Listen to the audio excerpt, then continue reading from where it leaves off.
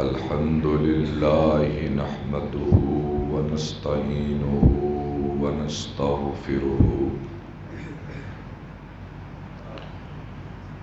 ونؤمن به ونتوكل عليه ونعوذ بالله من شرور أنفسنا ومن سيئات أعمالنا من يهده الله فلا مضل له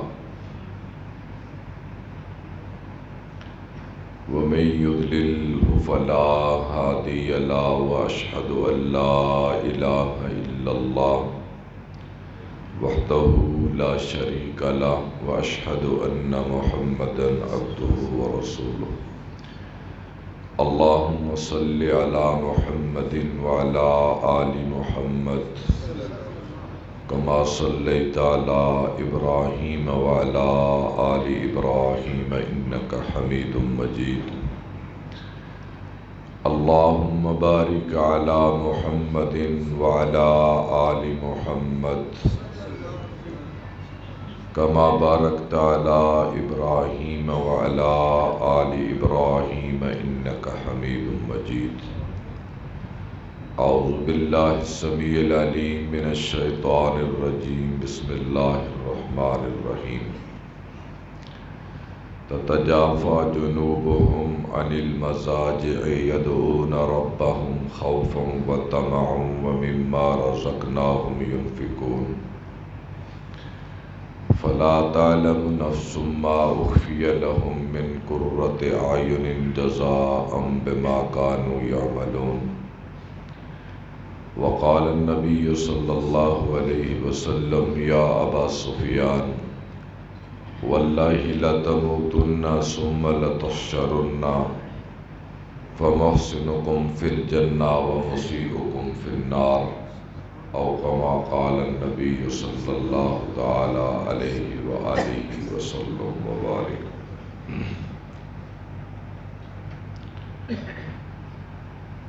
وہ لوگ جن کی پشتیں اپنے بستروں سے جدا رہتی ہیں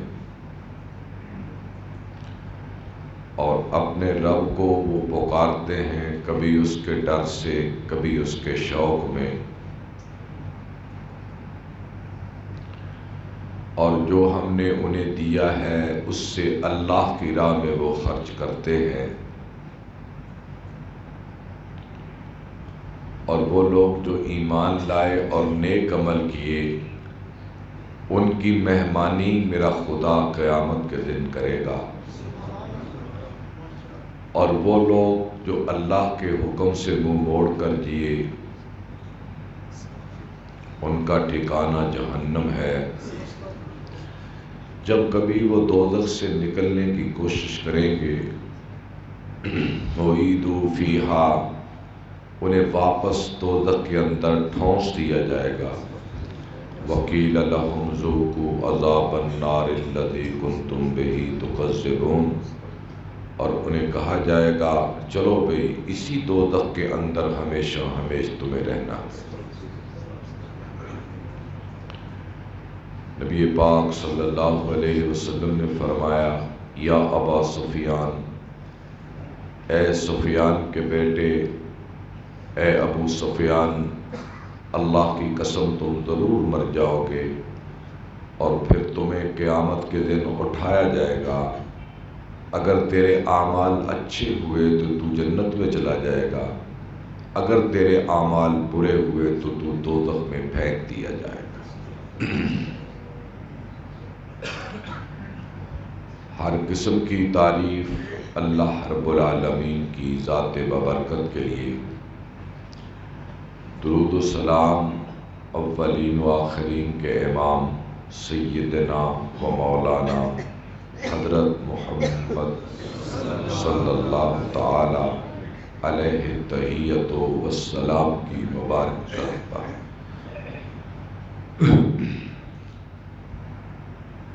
حضرات گرامی یہ رمضان المبارک کا چوتھا جمعہ ہے ہو سکتا ہے کہ یہ جمعۃ الوداع بھی ہو جائے اور ہو سکتا ہے کہ آنے والا جمعۃ المبارک و جمعۃ الوداع ہو۔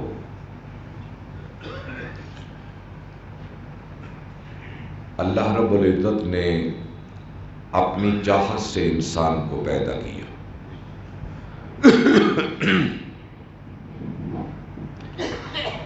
اور اس کو پیدا فرما کر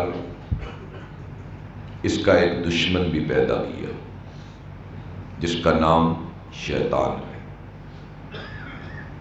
آدم کو غلطی کی وجہ سے زمین پہ اتارا گیا اور شیطان کو اس کی سرکشی کی بنیاد پر زمین پہ اتارا گیا، اور آدم سے کہا فَإِمَّا يَأْتِيَنَّكُم مِّنِّي هُدًى فَمَن تَبِعَ هُدَايَ فَلَا خَوْفٌ عَلَيْهِمْ وَلَا هُمْ يَحْزَنُونَ۔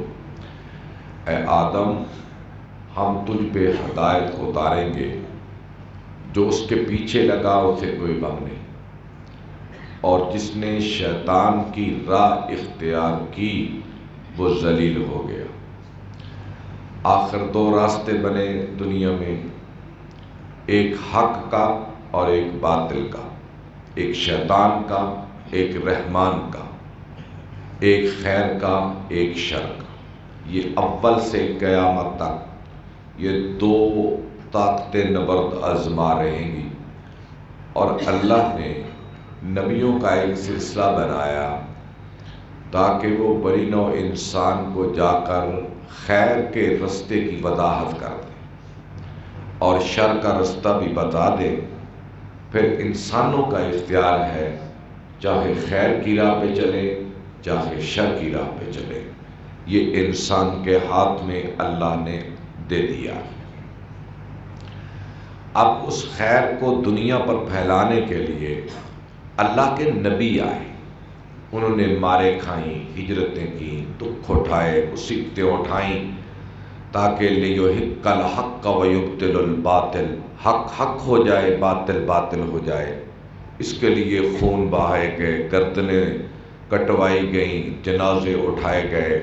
بڑی تاریخ صحابہ پڑھ کر دیکھو کیا کچھ نہیں ہوا۔ تو خیر مقصود یہ تھا اللہ کا کہ جس بندے کو میں نے اپنے ہاتھ سے پیدا کیا ہے اس کو بتا دیا جائے کہ موت کے بعد مرنا نہیں ہے، موت کے بعد مرنا نہیں ہے، بلکہ مر کے ایک لمبی زندگی کے لیے جینا ہے، اور وہ کیا ہے، یا جنت کے لیے یا دوزخ کے لیے، دونوں میں سے ایک کے لیے مرنے کے بعد جینا ہے، مر کے مرنا نہیں ہے۔ یہ انبیاء کی تعلیم کا مرکز اور محور تھا، اور اس لیے اللہ نے ہدایت کی کتاب قرآن اتاری۔ قرآن کو آپ پڑھ کر دیکھیں، ہر ورقے پر، ہر صفحے پر، ہر رکوع میں چل رہا ہے، کہیں جنت کا ذکر، کہیں دوزخ کا ذکر، کہیں عذاب کا ذکر، کہیں اللہ کی بڑائی کا ذکر، کہیں اس کی بزرگی کا ذکر، کہیں اس کی طاقت کا ذکر، کہیں اس کے جلال کا ذکر، کہیں اس کی ہیبت کا ذکر، کہیں قیامت کے لانے کا ذکر، کہیں سورج کے آنے اور جانے کا ذکر، اللہ کی طاقت، بڑائی، بزرگی، عذاب، قیامت، جنت، دوزخ، قرآن تو ہے یہ۔ آپ پڑھ کر دیکھیں، ایسے چل رہا ہے عنوان، پانی کے بہاؤ کی طرح۔ سورہ رحمان پڑھ لیں، واقعہ پڑھ لیں، مدثر پڑھ لیں، مزمل پڑھ لیں، جاسیہ پڑھ لیں، حاقہ پڑھ لیں، عما یتساءلون، پیچھے چلے جائیں، ایسے پانی کی طرح قرآن ان عنوانات کو بیان کر رہا ہے تاکہ اس دنیا میں انسان کو آگاہ کر دیا جائے کہ قیامت کے دن کوئی عذر نہ کر سکے، خدایا مجھے تو اس دوزخ کی خبر ہی نہیں۔ قرآن مجید سورہ زمر کی آخری آیت، وَسِیقَ الَّذِینَ كَفَرُوا إِلَىٰ جَهَنَّمَ زُمَرًا، کافروں کے جتھے لا کر دوزخ کے کنارے پہ کھڑے کر دیے جائیں۔ حَتَّىٰ إِذَا جَاءُوهَا فُتِحَتْ أَبْوَابُهَا وَقَالَ لَهُمْ خَزَنَتُهَا أَلَمْ يَأْتِكُمْ رُسُلٌ مِّنكُمْ يَتْلُونَ عَلَيْكُمْ آيَاتِ رَبِّكُمْ وَيُنذِرُونَكُمْ لِقَاءَ يَوْمِكُمْ هَٰذَا، قالوا بلا ولكن حقت کلمۃ العذاب علی الکافرین قیل ادخلوا ابواب جہنم خالدین فیہا فبئس مثوی المتکبرین۔ اور کافروں کو جب جہنم کے کناروں پہ دھکے دیے جائیں گے تو انہیں دروغے کہیں گے الم یاتکم رسل منکم یتلون علیکم آیات ربکم، وہ اللہ کے بندو دنیا میں تمہیں کسی نے آ کر نہیں بتایا کہ یہ دوزخ ہے؟ قالوا بلا، وہ کہیں گے بہت سارے لوگ آئے، قرآن پڑھتے تھے، زبور پڑھتے تھے، انجیل تورات پڑھتے تھے، انہوں نے آ کر ہمیں آگاہ کیا تھا کہ ایک جہنم ہے، اس میں مجرموں کا ٹھکانہ کیا تھا۔ تو فرشتے پوچھیں گے پھر تم نے اس کی تیاری کیوں نہ کی؟ اس سے بچنے کے لیے تم نے محنتیں کیوں نہ کی؟ تو کیا کہیں قالوا بلا ولکن حقت کلمۃ العذاب علی الکافرین، کیا بتائیں کہ ہماری بدبختی ہم پہ غالب آ گئی۔ آج میرے بھائیوں، جو شخص اللہ کی طرف نہیں لوٹتا، جو توبہ کی طرف نہیں لوٹتا، جو راتوں کو اٹھ کے اللہ سے اپنی گناہوں کی معافی نہیں مانگتا، جو رات کو اٹھ کر جہنم سے پناہ نہیں مانگتا، اور رات کو اٹھ کر خدا کی کبریائی، اس کا جلال، اس کے ہیبت سے ڈر کے نہیں روتا، اس کے لیے لمحہ فکریہ ہے کہ کہیں وہ سوچے اس کی بدبختی تو نہیں یہ کہ رمضان کی راتوں میں، تاک راتوں میں بھی جو خواب غفلت میں سو رہا ہے، یا بازاروں کی زینت بنا ہوا ہے، یا ان راتوں میں بھی کوئی ایسی خرابی کر رہا ہے، وہ دیکھے یہ بہت بڑی بدبختی ہے، اور اس کا پتہ تب چلے گا جب آنکھ بند ہوگی۔ میں سورہ سجدہ کی 2-3 آیتیں پڑھی ہیں، آپ ہر جمعے میں قاری صاحب کی زبان سے سنتے ہیں، میں نے اس کی طرف آنا ہے کہ اللہ کی ذات قیامت کے دن جہنم سے بچا کر جنت میں کن لوگوں کو لے کے جائے گی، کن خوش نصیبوں کو اللہ جنت عطا فرمائے گا اور دوزخ کی آگ سے بچائے گا۔ یہ فہرست تو بڑی لمبی ہے، لیکن میں نے 1 2 3 ان کا انتخاب کیا ہے کہ میں جمعے کے اس مختصر وقت میں انشاءاللہ ان کا ذکر کروں گا، تاکہ یہ وہ دن ہیں جن دنوں میں نیکی کی طرف انسان کا ایک مزاج بنا ہوا ہے، اور بات جلد انسانی دماغ اور مزاج لیتا ہے۔ قرآن کہتا ہے تتجافی جنوبہم عن المضاجع، قیامت کے دن جن کو اللہ اس دوزخ سے بچا کر اپنی جنت کا مہمان بنائے گا۔ یہ آواز زیادہ تو نہیں ڈسٹرب تو نہیں کر رہی؟ تتجافی جنوبہم عن المضاجع، کہ وہ ٹھنڈے اور نرم، تھوڑی یہ آواز کم کر، وہ ٹھنڈے اور گرم بستر کو چھوڑ کر، یہ میرا بندہ، کس کو؟ گرم اور نرم، سردی کے دن، سردی کی راتیں، گرم اور نرم بستر، اس کو چھوڑ کر یہ ٹھنڈے پانی سے وضو کر کے میری بارگاہ میں راتوں کو کھڑا ہو جاتا تھا، اور یدعون ربہم، یہ آہوزاری سے رو کر اپنے رب کو پکارا کرتا تھا۔ رات کی تنہائیوں میں کیا کہتا تھا؟ یہ رو رو کے راتوں کو کیا کہتا تھا؟ اللہم اجرنی من النار، اللہم اجرنی من النار، اللہم اجرنی من النار، یا اللہ مجھے جہنم کی آگ سے بچا لینا۔ یہ تو راتوں کو تنہائیوں میں اٹھ کے رو رو کے یہ ہم سے کہا کرتا تھا۔ وَمِمَّا رَزَقْنَاهُمْ يُنْفِقُونَ، اور اس کی دوسری خوبی یہ تھی کہ یہ حلال کی روزی کما کر میرے بندوں پہ خرچ کرتا تھا۔ اچھا میں یہاں خود رکوں گا، آپ کو روکوں گا۔ جنت میں جانے والے کام توجہ سے سن لو، رمضان کے مبارک دن ہیں، ایک رات کا رونا ایک اپنا مال اللہ کی راہ میں خدا کے بندوں پہ بے دریغ خرچ کر. یہ دو چیزیں انسان کو دوزخ سے بچانے والی ہیں. اور وقت ہمارے پاس ہے، توبہ کا وقت ہے ہمارے پاس. ہم خوش قسمت ہیں کہ ہمارے پاس ابھی توبہ کا وقت موجود ہے.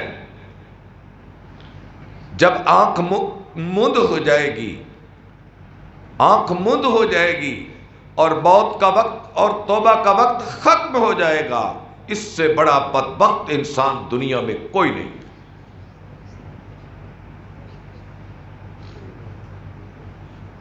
تو یہ تو عنوان کہ راتوں کو رونا، یہ تو اپنی جگہ پہ ایک عنوان، میں اس کا انشاءاللہ کبھی ذکر کروں گا، وقت مختصر ہے. اور دوسری خوبی وَمِمَّا رَزَقْنَاهُمْ يُنْفِقُونَ، جو ہم نے انہیں رزق دیا دونوں ہاتھوں سے بے دریغ خرچ کرتے تھے. لو بھائی، میں آج ایک لفظ پہ غور کر رہا تھا، ذرا سننا آپ بھی سننا، توجہ سے سننا. امیر بھی سنے، غریب بھی سنے، دونوں سنے. قرآن مجید میں آپ پڑھتے ہیں کہ جب آدمی مرتا ہے آخرت پہ اس کی آنکھ کھلتی ہے. ایک بار آنکھ نے بند ہونا ہے، اس نے پھر کھلنا ہے. اس نے جو ہی قبر میں گیا تو آنکھ کھلی، کیا دائیں بائیں دیکھا، مٹی کے ڈھیر، مٹی کے انبار، اور دو فرشتے دائیں بائیں، تنگ تاریک جگہ، کوٹھڑی. تو سب سے پہلی وہ آواز دیتا ہے رب لولا اخرتنی الی اجل قریب فاصدق واکن من الصالحین ولن یؤخر اللہ نفسا اذا جاء اجلها. آنکھ کھلتے کہتا ہے رب لولا اخرتنی، یا اللہ تھوڑی سی مجھے مہلت دے، فاصدق، میں اپنا سارا مال صدقہ کر کے آ جاؤں. اس کا مطلب کیا ہے؟ آنکھ کھلنے کے بعد صدقے کی قدر کا احساس ہوگا. آنکھ بند ہونے کے بعد جب کھلے گی تو پھر صدقے کی قیمت کا احساس ہوگا. اس کے ساتھ ایک حدیث میں لا لو، پیغام ٹی وی پہ میں سن رہا تھا، نبی پاک صلی اللہ علیہ وسلم نے فرمایا جو تم صدقہ کرتے ہو نا، قیامت تک تمہارے ساتھ چھتڑی کی طرح چلے گا. یعنی اگر دھوپ ہوئی تو سر پہ، بارش ہوئی تو سر پہ، طوفان چلے تو سر پہ، گرد اٹھے تو سر پہ، جہاں جہاں بھی تم چلو گے تمہارا صدقہ تمہارے سر پر چھتری کی طرح چلے گا. تو اس لیے میرے بھائیوں کام بڑا مشکل، دونوں بڑے مشکل. سرد رات میں رات کو اٹھ کے رونا، حلال مال کما کر پھر اس سے اللہ کے بندوں پہ خرچ کرنا، کام دونوں بہت مشکل ہے. آپ دیکھ لیں. لیکن اور جنت بھی تو کانٹوں سے گزر کے ملنی ہے نا، پھولوں کے راستے تو نہیں ہیں، یہ بھی کانٹوں کے راستے ہیں جنت. اَحَسِبْتُمْ أَن تَدْخُلُوا الْجَنَّةَ، تم سمجھتے ہو جنت میں بس ایسے ہی سوئے اٹھے اور جنت میں؟ وَلَمَّا يَأْتِكُمْ مَثَلُ الَّذِينَ خَلَوْا مِن قَبْلِكُمْ مَسَّتْهُمُ الْبَأْسَاءُ وَالضَّرَّاءُ وَزُلْزِلُوا. تم دیکھو تاریخ اسلام پڑھ کر لوگوں کو سولیوں پہ لٹکایا گیا. اللہ اپنے بندوں سے کہتا ہے جاؤ دیکھو تاریخ، توحید کی تاریخ دیکھو، کہیں لوہے کی کنگھیوں سے عورتوں کے گوشت نوچے گئے، بچوں کو تپتی دیگوں میں پھینکا گیا، اور اس کے بعد سولیوں پہ لٹکایا گیا، گردنیں ان کی کٹی گئیں، وطن سے بے وطن کیے گئے، دیس سے بے دیس ہوئے، ان کا سب کچھ لٹ گیا، لیکن وہ ایک لمحے کے لیے بھی خدا کی نافرمانی نہ کی. اور تم سمجھتے ہو بس ایسے ہی ایک نماز پڑھی، آنکھ بند کی، موت آئی تو جنت میں. تو میں تو یہاں سے یہ بھی نتیجہ نکالتا ہوں کہ تم اللہ کی جنت کو دولت سے خرید بھی سکتے ہو. اللہ کی جنت کو تم اپنی دولت سے خرید بھی سکتے ہو. اگر یقین نہیں آتا تو میں حضرت عثمان پر حضور کا بولا ہوا ایک جملہ بول دوں. تبوک کے دن وہ لائے نا، کھجوریں لائے، اونٹ لائے، ان کی مہاریں لائے، ان کے پالان لائے، چاندی لائے، سونا لائے، تو حضور صلی اللہ علیہ وسلم نے سونا اپنی جھولی میں ڈال لیا. حضرت عثمان کا لایا ہوا سونا اپنی جھولی میں، اور ایسے فنثر فی، آپ اپنے دامن میں اسے یوں یوں کرنے لگے، اور پھر فرمانے لگے ما ضر عثمان، ما ضر عثمان ما عمل بعد اليوم، ما عمل بعد اليوم. اے عثمان، حضور نے جب ان کا صدقہ دیکھا، ان کا صدقہ، یہ صدقہ تھا، حضرت عثمان کی خیرات اور صدقہ تھا، اتنا بڑا دیکھا تو آپ نے فرمایا عثمان آج کے بعد تو کوئی کام نہ بھی کرے تو تیری جنت کا سامان ہو چکا ہے.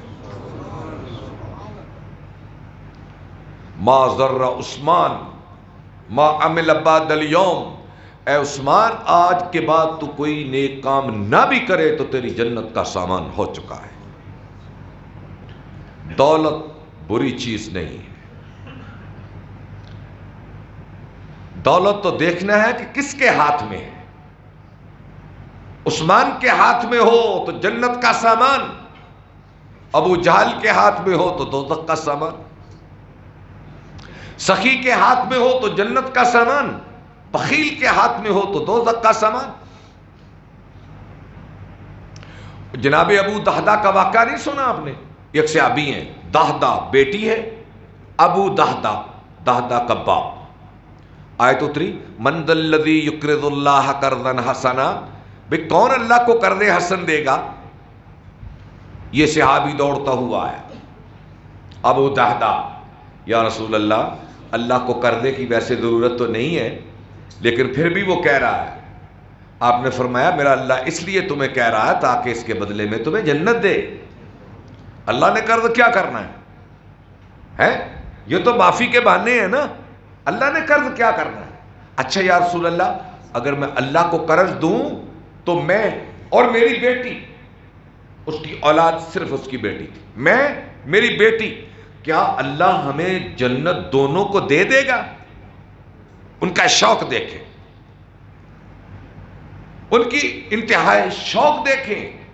یا رسول اللہ، اگر میں اپنا سارا مال اللہ کی راہ میں دے دوں تو کیا میرا اللہ مجھے اور میری بیٹی کو جنت دے دے گا؟ آپ نے فرمایا ہاں. اب دیکھا ضمانت کس کی ہے؟ ہاں، کس کی ضمانت ہے؟ رسول پاک کی. اور ان لوگوں کو حضور کی زبان مبارک پر اتنا یقین تھا، کہنے لگے یا رسول اللہ آگے ہاتھ بڑھاؤ. آپ نے ہاتھ بڑھایا، کہنے لگے یا رسول اللہ مدینے کے زیریں اور بالائی، یعنی نیچے والا اوپر والا، دونوں حصوں میں میرے 2 باغ ہیں، اور ایک باغ کے 600 درخت ہیں. ایک باغ کے 4 کھجوریں ایک گھر کے لیے کافی ہوتی تھی، 2 کھجوریں ایک گھر کے لیے، 600 کھجور ایک درخت کی. یا رسول اللہ میں نے دونوں باغ اللہ کے نام پر دے دیے، خدا بس مجھے اس کے بدلے میں میری بیٹی اور مجھے جنت عطا کر. آپ نے فرمایا نہیں بھائی، ایک دے دو ایک رکھ لو، ایک دے دو ایک رکھ لو. کہنے لگے یا رسول اللہ پھر جو 600 والا ہے نا بڑا، جس میں ٹھنڈا پانی بھی ہے، ٹھنڈے پانی کا کنواں بھی ہے اس میں، میں نے وہ دیا، میں نے ابھی دیا. آپ نے فرمایا اگر تم نے دیا تو خدا نے تجھے اور تیری بیٹی کو جنت دے دی. دوڑا، خوشی میں دوڑا، اور اپنے دروازے، اپنی باغ کی فصیل پر پیچھے سے چڑھا. جو باغ کے گرد دیوار ہوتی ہے اسے فصیل کہتے ہیں، اس کے دروازے سے نہیں گیا، پیچھے سے چھلانگ لگائی اور نیچے اترا، اور کہنے لگا اپنی بیوی سے، اور اس کی بیٹی بھی ساتھ تھی، دونوں کھجوریں اٹھا رہی تھی، کھا رہی تھی، جیبوں میں تھی. کہنے لگے اے اللہ کی بندی، میں نے اللہ سے سودا کر لیا ہے، یہ باغ میں نے اللہ کو دے دیا ہے، یہاں سے تم نکل چلو، اب تمہارا رہنا بھی ٹھیک نہیں. اور دہدہ کے منہ میں انگلی ڈالی، وہ کھجور کھا رہی تھی، کہا باہر نکال دو، یہ بھی میں نے اللہ کو دے دی ہے. اور اس کی جیب سے کھجوریں نکالی، وہ بھی پھینک دی، اور کہنے لگے اے میری بیوی، میں نے یہ اللہ کے باغ اللہ کے نام پہ دے دیا ہے، من غیر من ولا ارتدادی، نہ کسی پر احسان ہے اور نہ میں زندگی بھر سے کبھی واپس دوں گا۔ میرے بھائیوں، اس طرح لوگوں نے دولت سے جنت کو خریدا ہے۔ آج بھی موقع ہے، آج بھی موقع ہے سخی کے لیے۔ حضور نے فرمایا لا يدخل الجنت خبا ولا بخیل ولا منان، بد اخلاق، خب بد اخلاق، بخیل کنجوس، ولا منان تھوڑا سا دے کر احسان جتلانے والا، تھوڑا سا دیا احسان جتلایا، یہ تینوں جنت میں نہیں جائیں گے، نہیں جائیں گے۔ اور سخی کے متعلق فرمایا سخی اللہ کے قریب، جنت کے قریب، لوگوں کے قریب، دوزخ سے دور۔ اور یہ صفت ہمارے نبی کی ہے، سخی ہونا صفت ہمارے نبی کی ہے۔ سخی میرا اللہ ہے، یہ 99 نام ہے، اس میں ایک سخی بھی ہے۔ اللہ کا نام سخی اور حضور کا نام بھی سخی، اور آپ اتنے سخی تھے، اتنے سخی تھے، ایک بدو آیا، آپ مقام جیرانہ پر تھے، جیرانہ جو ایک میقات بھی ہے، حنین سے آپ فتح یاب ہو کر واپس لوٹے، مقام جیرانہ کو مرکز بنایا، مال غنیمت 1000 بکری، اونٹ اور دیگر سامان ڈھیر لگایا، آپ نے تقسیم کر دیا، معاویہ کو 100، یزید بن ابی سفیان کو 100، صفوان کو 100، اس کو 100، اس کو 100، آپ نے سارا مال بانٹ دیا اور اپنی چادر کو اٹھایا اور یوں جھاڑا، اور یوں جھاڑا۔ بتانا یہ تھا کہ لوگوں، جو کچھ آیا اللہ کا نبی تمہیں دے کے خالی ہاتھ جا رہا ہے۔ ایک بدو غیر مسلم تھا، اس نے یہ منظر دیکھا کہ ہزاروں بکریاں، 40,000 بکری تھی حنین میں، اور اونٹ، نقدی سامان، اتنا کچھ، غلام، سب کچھ بانٹ دیا اور اپنے لیے کچھ رکھا ہی نہیں۔ اپنی دوڑا اپنی قوم کے پاس گیا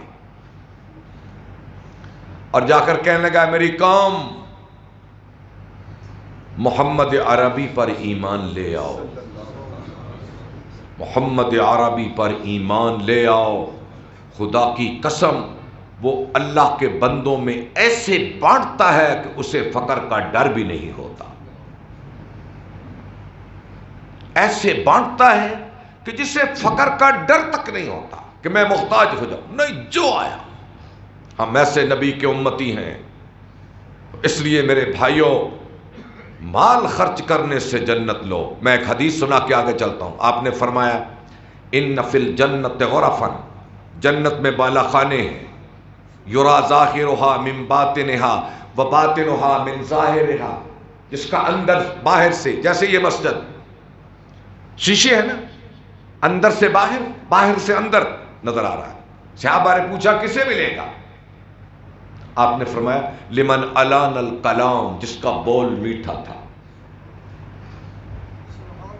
جس کا بول میٹھا تھا، کڑوا نہیں تھا، جو متکبر نہیں تھا، جو غریب سے نفرت نہیں کرتا تھا، جو مزدور سے نفرت نہیں کرتا تھا، جو یتیم سے نفرت نہیں کرتا تھا، جو اپنے سے کمزور سے نفرت نہیں کرتا تھا۔ لمن الان الکلام، جس کا بول نرم تھا، وہ اطعم الطعام، جو لوگوں کو کھانے کھلاتا تھا، اپنا مال خرچ کرتا تھا، وصل الارحام۔ تو اس لیے میرے بھائیوں، جہاں جہاں بھی آپ پڑھیں گے خوبیاں، بیچ میں یہ چیز ضرور آئے گی جو اپنا مال خرچ کرتا تھا۔ اور یہ تو پیغمبرانہ صفات ہے، مال خرچ کرنا یہ نبیوں کی خوبی ہے، نبیوں کی، اور مال کو بچا کے رکھنا یہ بہت چھوٹے لوگوں کی بات ہے۔ اسے خرچ کرو، اللہ کی راہ میں اسے خرچ کرو۔ قرآن کہتا ہے کہ اسے خرچ کرو، زکوٰۃ دو، زکوٰۃ سے بڑے پھر دو، اور اگر پھر ویسے دینے کا حوصلہ نہیں پڑتا، میری بات شاید میں سمجھا نہیں سکا، زکوٰۃ دو، زکوٰۃ کے بعد پھر بڑھتا ہے تو اور دو، اگر وہاں حوصلہ نہیں پڑتا تو پھر لوگوں کو کم از کم قرض تو دو، قرض دیتے ہو تو پھر اس میں مہلت تو دو، ہو سکے تو معاف کر دو، معاف کرنے کا حوصلہ نہ ہو تو قرض میں مہلت دو۔ ان خوبیوں کا پتہ، اس کے انجام کا پتہ کل قیامت کے دن اللہ کی بارگاہ سے لگے گا کہ خدا کے بندوں سے رحم کرنے۔ آج وہ بہت بڑے لوگ ہیں جو غریبوں کی خبر گیری کرتے ہیں، بیماروں کی، مجبوروں کی، فقیروں کی، بے کسوں کی، بے بسوں کی۔ آپ دیکھتے نہیں ہو مہنگائی کتنی ہے، غربت کہاں پہنچی ہوئی ہے، اور مریض ایڑیاں رگڑ رگڑ کر ہسپتالوں میں مر رہے ہیں بغیر دوائی کے، غریبوں کی لائنیں لگی ہوئی ہیں۔ ہم غریب معاشرے میں ہیں، غربت کے سائے تو دیکھو کتنے ہیں، غربت کے تاریک سایوں نے ہمیں ڈھانپ رکھا ہے۔ واللہ اللہ نے تو ہمیں ان لوگوں میں رکھا ہے جو مانگنے والے نہیں ہیں۔ تم باہر جا کر دیکھو تو صحیح حالات کیسے ہیں، کیا بن گیا ہے، حالات کیسے ہیں۔ اللہ کے بندو، قبر کی مٹی ہر امیر اور غریب کو برابر کر دے۔ جب قبر میں بادشاہ کو لٹایا جاتا ہے اور ایک چوکیدار کو، تو دونوں کو قبر برابر کر دیتی۔ اگر میں رات اپنے بھائی سے بات کر رہا تھا، بیٹے سے، بلکہ او بھائی خرچ کیا کرو، اگر مرتے وقت تمہارے اکاؤنٹ میں 1 کروڑ ہونا تھا تو 50 لاکھ ہو جائے گا، تجھے کیا فرق پڑے گا اس سے؟ تیری تو کرنسی چینج ہو چکی ہوگی، تیرا سکہ چینج ہو چکا ہوگا، وہ کروڑ ہو وہ 50، تجھے اس کا کوئی فائدہ نہیں ہے۔ اگر 50 اس میں اللہ کے نام پہ لگا گئے، قبر روشن ہو جائے گی، آخرت کی منزلیں آسان ہو جائیں گی، مشکل سفر آسان ہو جائیں گے۔ تو خیر، وہ چیزیں جو جنت میں جانے کا سبب ہیں، ان میں ایک تو خرچ کرنا ہے بہت زیادہ، اور ایک میں نے اور چنی تھی بات، بس باتیں تو بہت ہیں، اور ایک میں نے چنی، حضور فرماتے ہیں میں جنت میں گیا، میں جنت میں گیا، میں نے سنا کہ کوئی شخص قرآن پڑھ رہا ہے، اور ایسا خوبصورت قرآن پڑھ رہا ہے کہ جس کی وجہ سے جنت میں سناٹا ہے، خاموشی ہے، ہر ایک سن رہا ہے۔ تو میں نے کان لگا کر سنا، تو مجھے بتایا گیا کہ یہ حارثہ بن نعمان صحابی، کیا نام؟ حارثہ بن نعمان، یہ قرآن تو مدینے میں پڑھ رہا ہے، اس کی آواز اللہ اہل جنت کو سنا رہا۔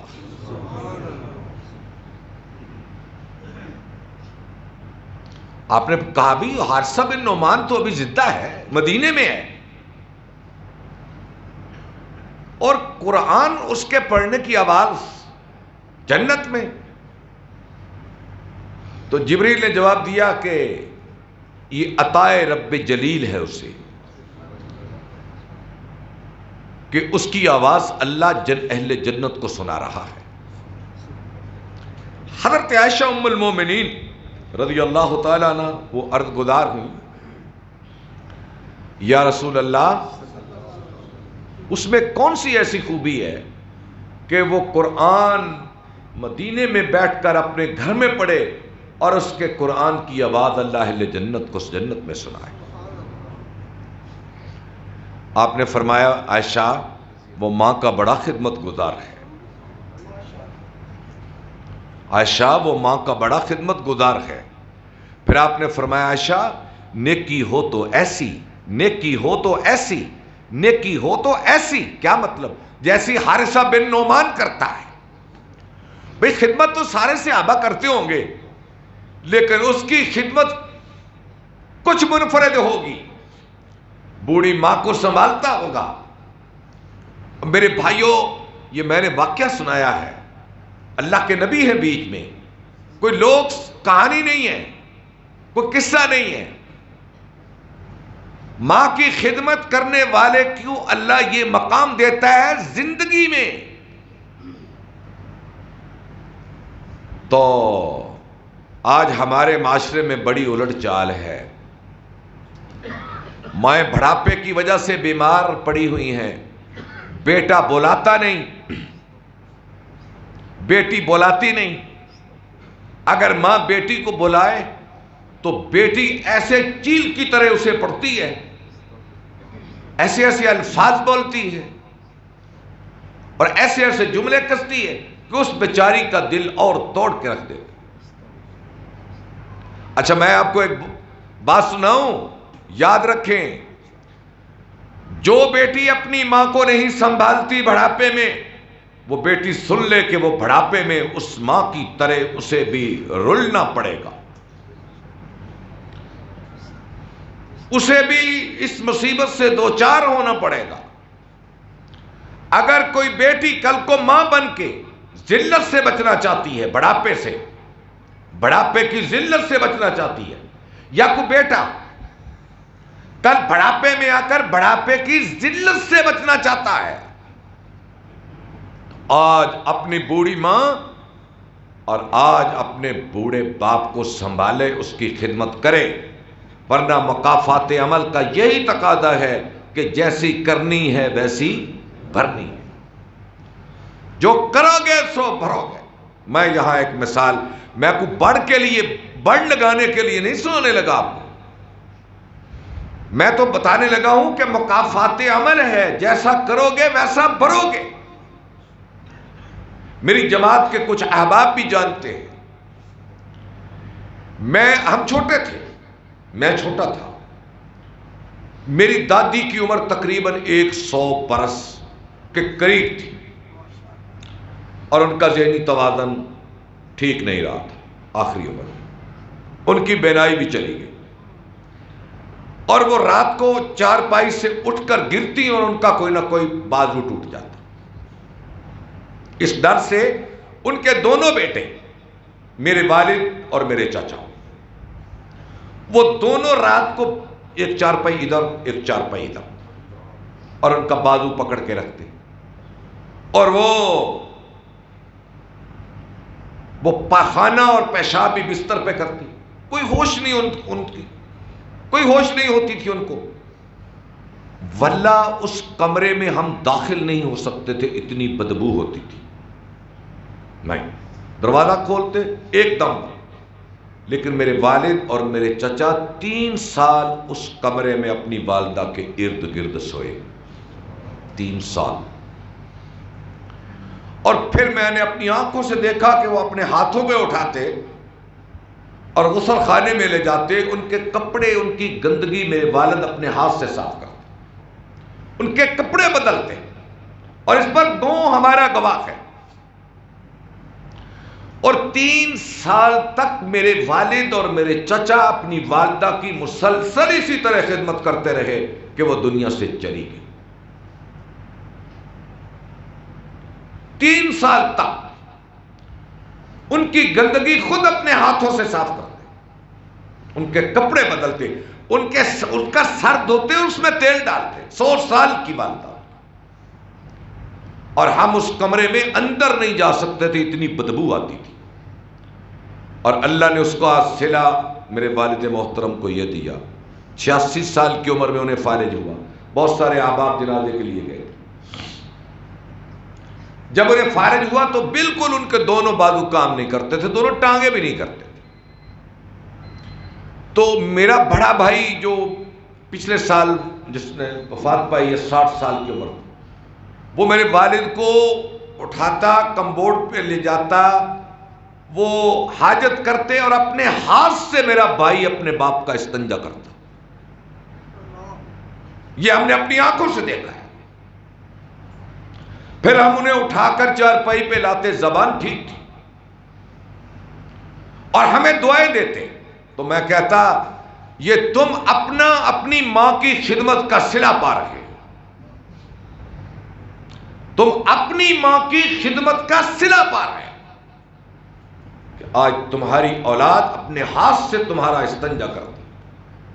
سوچے بھئی کیا یہ ممکن ہے؟ آج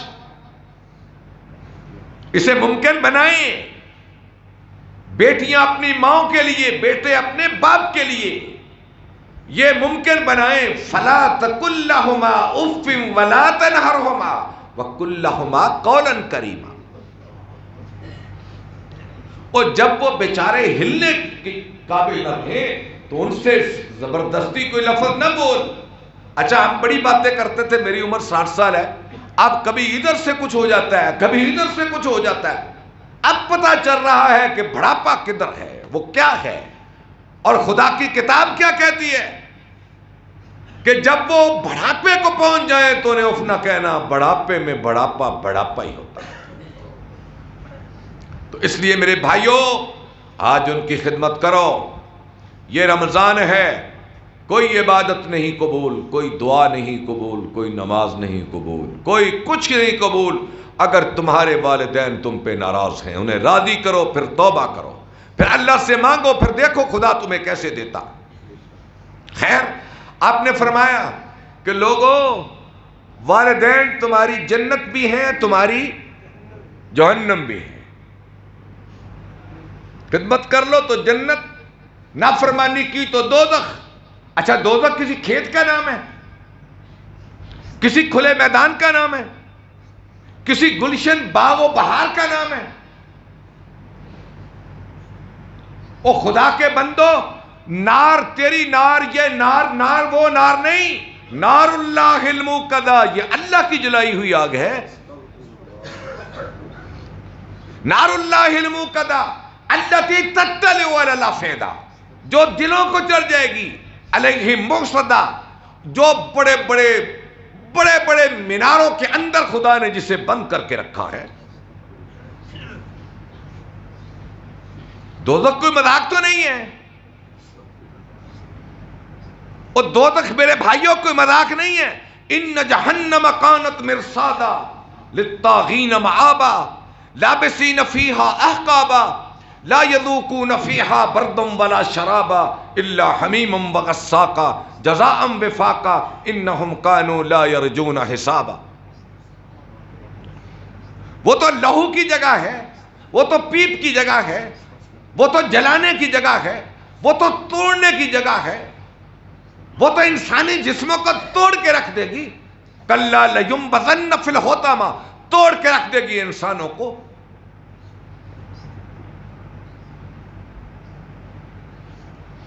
لا تبکی ولا تذر لواحۃ للبشر، وہ جس میں انسانی کو نوچ کے کھا جائے گی۔ لا تبکی ولا تذر، نہ مرنے دے گی نہ جینے دے گی۔ لواحۃ للبشر، چمڑی کو ادھیڑ کے رکھ دے گی۔ وہ معمولی چیز ہے کوئی جو ہمارے کانوں سے اوپر سے گزر جاتی ہے؟ دوزخ نار نار نار۔ اللہ کے بندو وہ معمولی چیز ہے کوئی؟ اور میں تو کبھی کبھی غور کرتا ہوں، الہی ہم اپنی چاہت سے پیدا نہیں ہوئے، میں اپنی مرضی سے پیدا نہیں ہوا، یا اللہ یہ تیرا ارادہ تھا، تیری مشیت تھی، تیری چاہت تھی، تو نے ہمیں پیدا کیا۔ اور یہ غصہ بھی تو نے ہمارے اندر رکھا، یہ خواہش، یہ لالچ، یہ ہرس، یہ ساری چیزیں تو نے ہمارے اندر رکھی،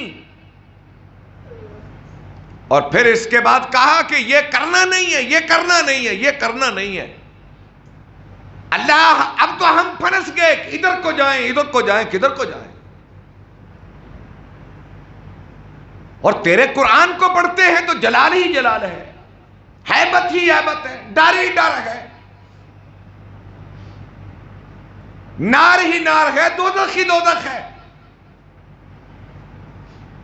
اے اللہ یہ کیا بنے گا؟ ہم تو دنیا کی اس لو کو نہیں سہ سکتے، اور تیری بنائی ہوئی آگ کو الہی تیرے بندے کیسے سہیں گے؟ ہم تو اللہ تیری بارگاہ میں یہ دعا کرتے ہیں کہ تو بڑا نرم ہے، تو بڑا رؤوف ہے، تو بڑا رحمان، دنیا اور آخرت کا رحمان ہے، تو رحیم ہے، تو کریم ہے، تو غفار ہے، غفور ہے، تو الہی تو بہت بڑا ہے۔ تو اگر ہم سے نرمی کر لے تو خدایا تیری خدائی میں کوئی کمی نہیں آتی،